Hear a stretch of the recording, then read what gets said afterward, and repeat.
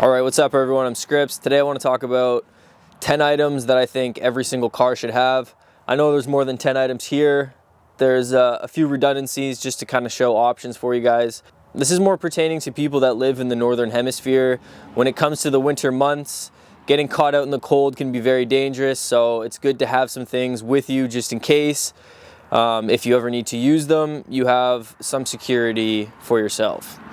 So to start, I want to talk about cover. So if it's cold, you got to keep yourself warm. If you crash into a bank or something and the car doesn't start anymore, probably don't want to have it turned on in that situation anyways. You need to be able to stay warm until emergency shows up. So a few items here I've got.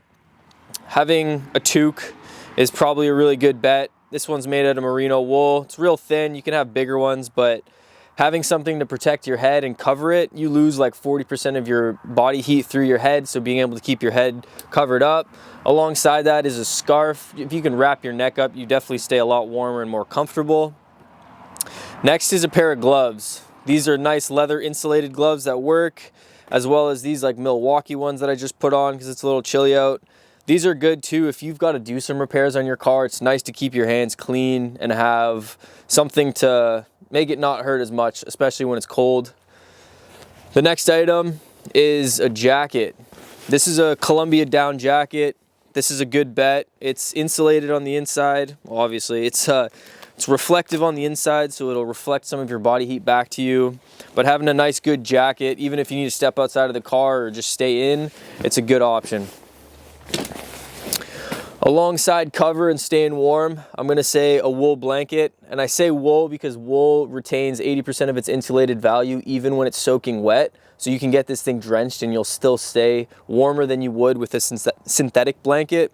I've got 3 different blankets wrapped up in here. It does take up a lot of space, but I do use these when I go car camping and camping in general, so I kind of just keep them all together. But a wool blanket, this is going to be your favorite. All right, next I'm going to talk about keeping a little bit of food in your car. So here we got a can of soup, some tuna, granola bars. This is an emergency food ration.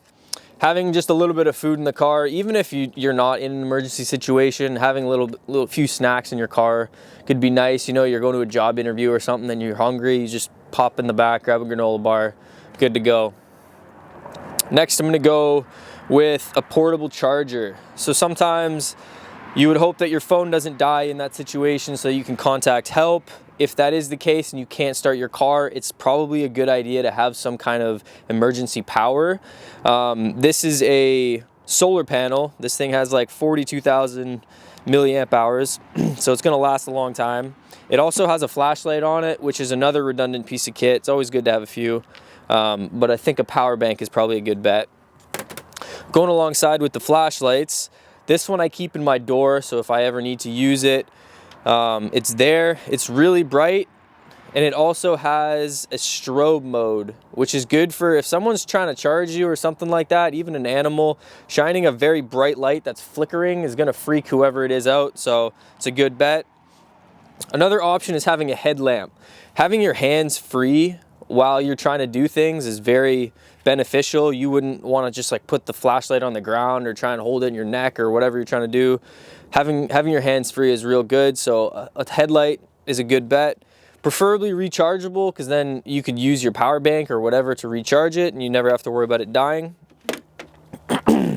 Next is having water. So one option you can do is keep, what is this, a 4-liter jug of water. It's probably a hard bet to do in the winter because you don't want it to freeze, but at least having some kind of water bottle with a little bit of water in it. You can only go 3 days without water, so it's pretty essential.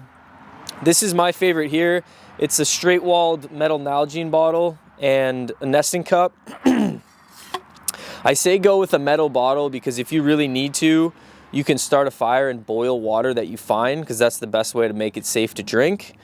Another option is having one of these military canteen sets. So it comes with the water bottle, it has a nesting cup and a stove, and then you can also get a lid to go over the cup if you're cooking anything or doing whatever. So those are a great option. Water is very important, so that's a big one. Next is a multi-tool. So there's a few different options. This is a Leatherman rebar, got all kinds of cool tools. The reason I like this one is because it has a saw on it, so you can cut up firewood or do different things with that. Another option here is this Gerber one. It's a little bit more basic. This one's quick to open, but multi-tool. It's got 1,000,001 uses. Imagination is the end for that. Next, I'm gonna go with some kind of knife. So this is a small option, works really well. It's made by Mora. They make beautiful stuff. But I mean, a knife is a very useful tool. It can come in handy in so many different ways. This is my favorite here. This is a PLSK1. It's a really big fixed blade knife, carbon steel, very sharp. Has a fire starter attached to it, which is also important. This is definitely more of an option if you're traveling up north and you're in a little bit more remote areas, and having a big tool like this is important. Second last, I'm gonna say, is a fire starter. So I actually keep one on my keys. This is like a ferro rod. I know multiple different ways to start a fire with this. Carrying a Bic lighter or anything like that works just as well. This one, it's just waterproof and it's never gonna die out. A few other things I keep on my keys. I've got a little bit of extra paracord. I've got a whistle. This could come in handy. And then a bottle opener slash screwdriver. Just kind of those things. It's always on me, so why not? And then the last item, and this is like a last ditch resort. If you're in some kind of emergency situation, your best bet is to stay with your vehicle until emergency services arrive. But if that's not an option and you've got to ditch it and go, having some kind of bug-out bag is going to prove very useful for you. So this one's got all kinds of stuff in here. It's got its own water, it's got a flashlight, more knives, fire starters, space blankets, all kinds of stuff. I even have a t-shirt, extra clothes. So having something like this that you can just quickly sling over your side and go is very useful. Well, I think that's gonna wrap it up for today's video. If you haven't seen any of my other work, go check it out. But this is a little bit different from what I've done. It's just something I've always wanted to talk about, and ever since I got my own car, I started carrying gear in it that I feel was necessary just to have a little bit more peace of mind. So hopefully this inspires you to do something for yourself and your family. That's all I got to say. Thanks for checking this video out, and I'll catch you guys in the next one. Peace.